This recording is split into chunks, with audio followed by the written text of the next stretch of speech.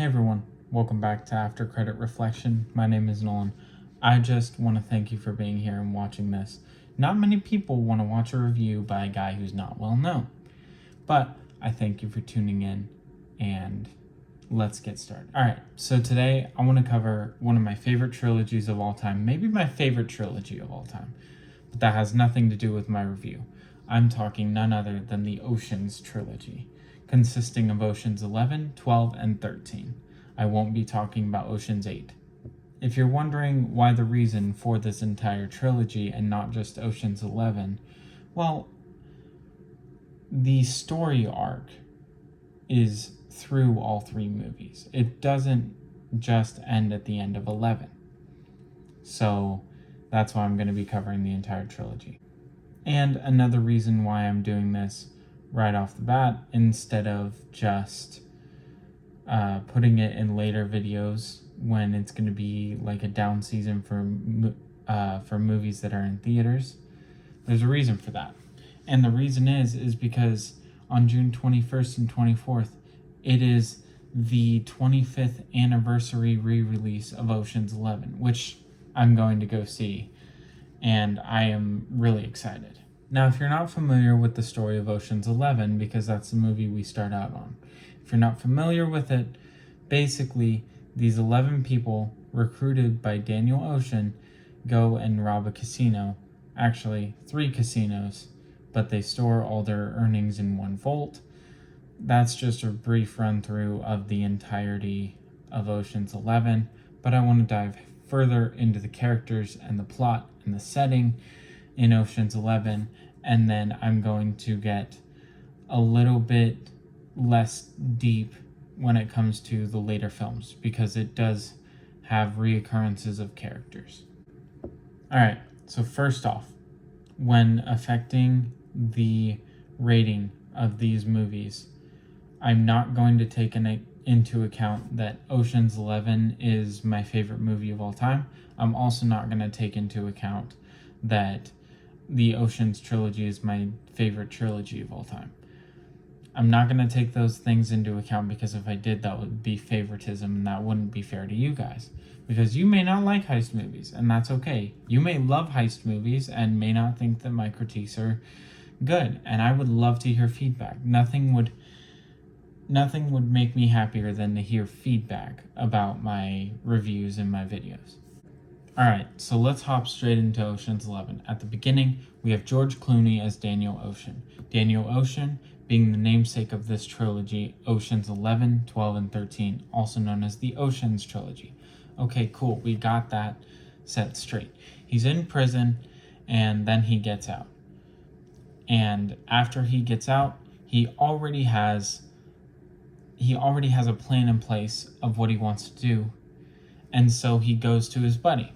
His buddy, being played by Brad Pitt, they're an amazing duo. They are very comedic in a very satirical way, and it is very interesting to see that sort of dynamic on screen. And I really haven't seen much of that dynamic on screen since. But I will say that overall, this movie is just an amazing movie. So let's dive into the characters, because the characters ultimately kind of create this setting around. Alright, so as we talk about setting and characters, we also have to incorporate the plot. And so if you haven't seen this movie and you want to, that's completely okay. June 21st and 24th, as I said, is the 25th anniversary of Ocean's 11, therefore it'll be out in select theaters. I have seen it in Cinemark, Regal, and AMC. So if you want to go to those theaters' websites and get a ticket, you totally can. Now, getting back to the story. I think why I love this movie so much is because of how slick the characters are.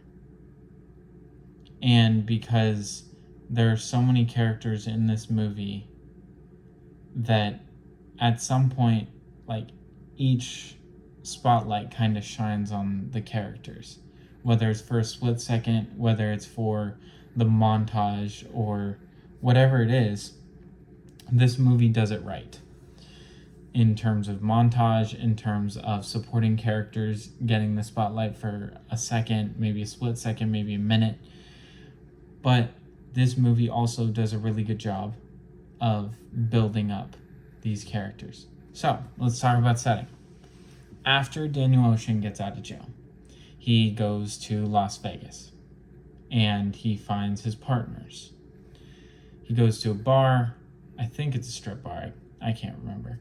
But he goes there and he finds his partners, and definitely one of the coolest scenes.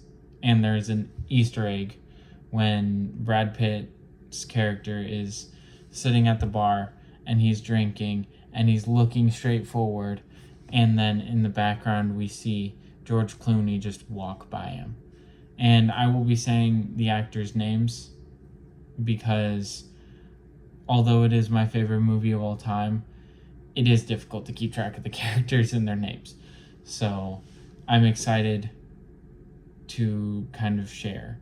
And I won't be talking about the supporting characters as much, even though they do play a major role. All right, so setting, we're in Las Vegas, we're in a bar talking about heist, and so George Clooney and Brad Pitt's characters, they hatch a plan, and there's this question of really morality when it comes to this job. And Brad Pitt's character is like, okay, what is this really about? And George Clooney's character is like, he delivers a masterful monologue. And then, as with any satirical comedy, Brad Pitt's character responds with, did you rehearse that? And it's just a fun exchange. All right, so we get to Las Vegas. We talk to a lot of different characters, and we kind of scope out the place, right? Andy Garcia plays the villain of this story, and he is masterfully so. He also eventually ends up helping the Ocean's group in later movies, and we'll see that, and I'll talk about that. But Ocean's 11, I don't want to spend too much time, even though I love it. Ocean's 11 is one of the most perfect heist movies to ever be written and then to be filmed. The soundtrack itself is also deserving of an award if it didn't already get nominated. But I definitely think that overall, it's a good start to a trilogy. It's like the new hope of heist movies. All right, so if we're going to talk about Ocean's 11, we have to talk about the other two because they kind of bleed into it. Okay, so Ocean's 12 takes place 3 years after Ocean's 11. After the events of Ocean's 11, everybody has their money and everything. I'm sorry that I kind of glossed over that. I'll give my reviews at the end of this video, and I will also go more in depth if it is requested. But as for right now, I'm only gonna be more on the shallow end, and I would deep dive, but I got a movie to get to later today, so I can't really deep dive as much as I would like to. I might do it in a later video where I'll do each individual, but as for right now, this is just a quick review of the Ocean's trilogy. Anyways, moving forward with Ocean's 12, we are set 3 years after the events of the first movie. And everybody has their money, everybody's spending, and then Andy Garcia's character shows up perfectly, basically saying, I want it all back. And they're like, the insurance paid for all of it. And he's like, I want my money back. And so they're asked to pay back everything with interest. And it's definitely a cruel thing to do, but then again, Andy Garcia's character is a CEO of banks, and so he needs money. And it's just an amazing thing to have an opening scene like that, where the villain's like, I want everything back. Anyways, we're going global with the Oceans franchise. And this time they're sent on a wild goose chase, or, a wild fox chase, because the villain they're facing is a classically trained thief, and he calls himself the Night Fox. And so it's a daring name.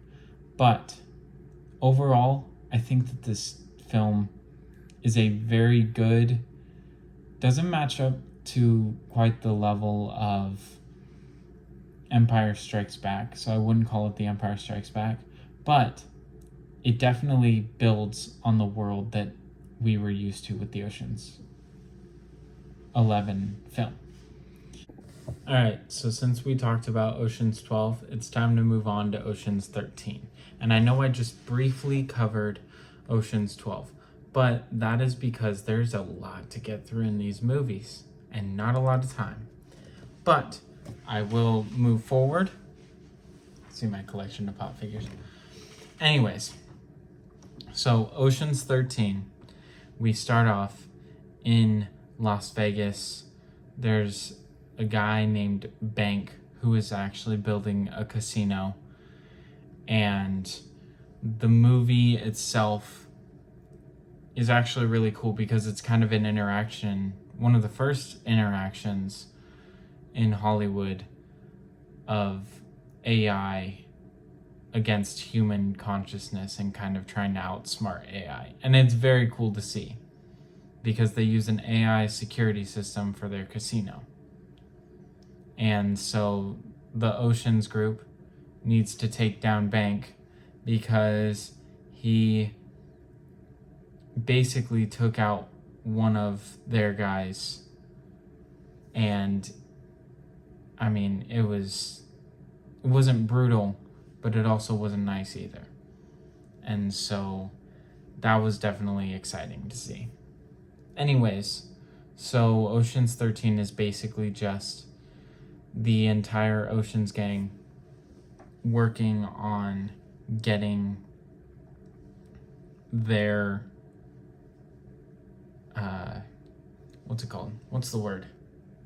getting their routine in place in order to take money, which involves a fake earthquake, which involves multiple different roles. Don Cheadle really shines in this film. And so overall, Ocean's 13 is an underrated gem of heist movies. All right, so the moment you guys have probably been waiting for is, what is my official kind of score? And I know that I said that I don't really do much of scoring except for at the end, and so that means we're at the end. And so Ocean's 11, taking favoritism out of account, taking favoritism out of the picture, Ocean's 11, I would give it a solid 8.5. Only reason I'd give it a solid 8.5 is because it definitely shows like when it was made.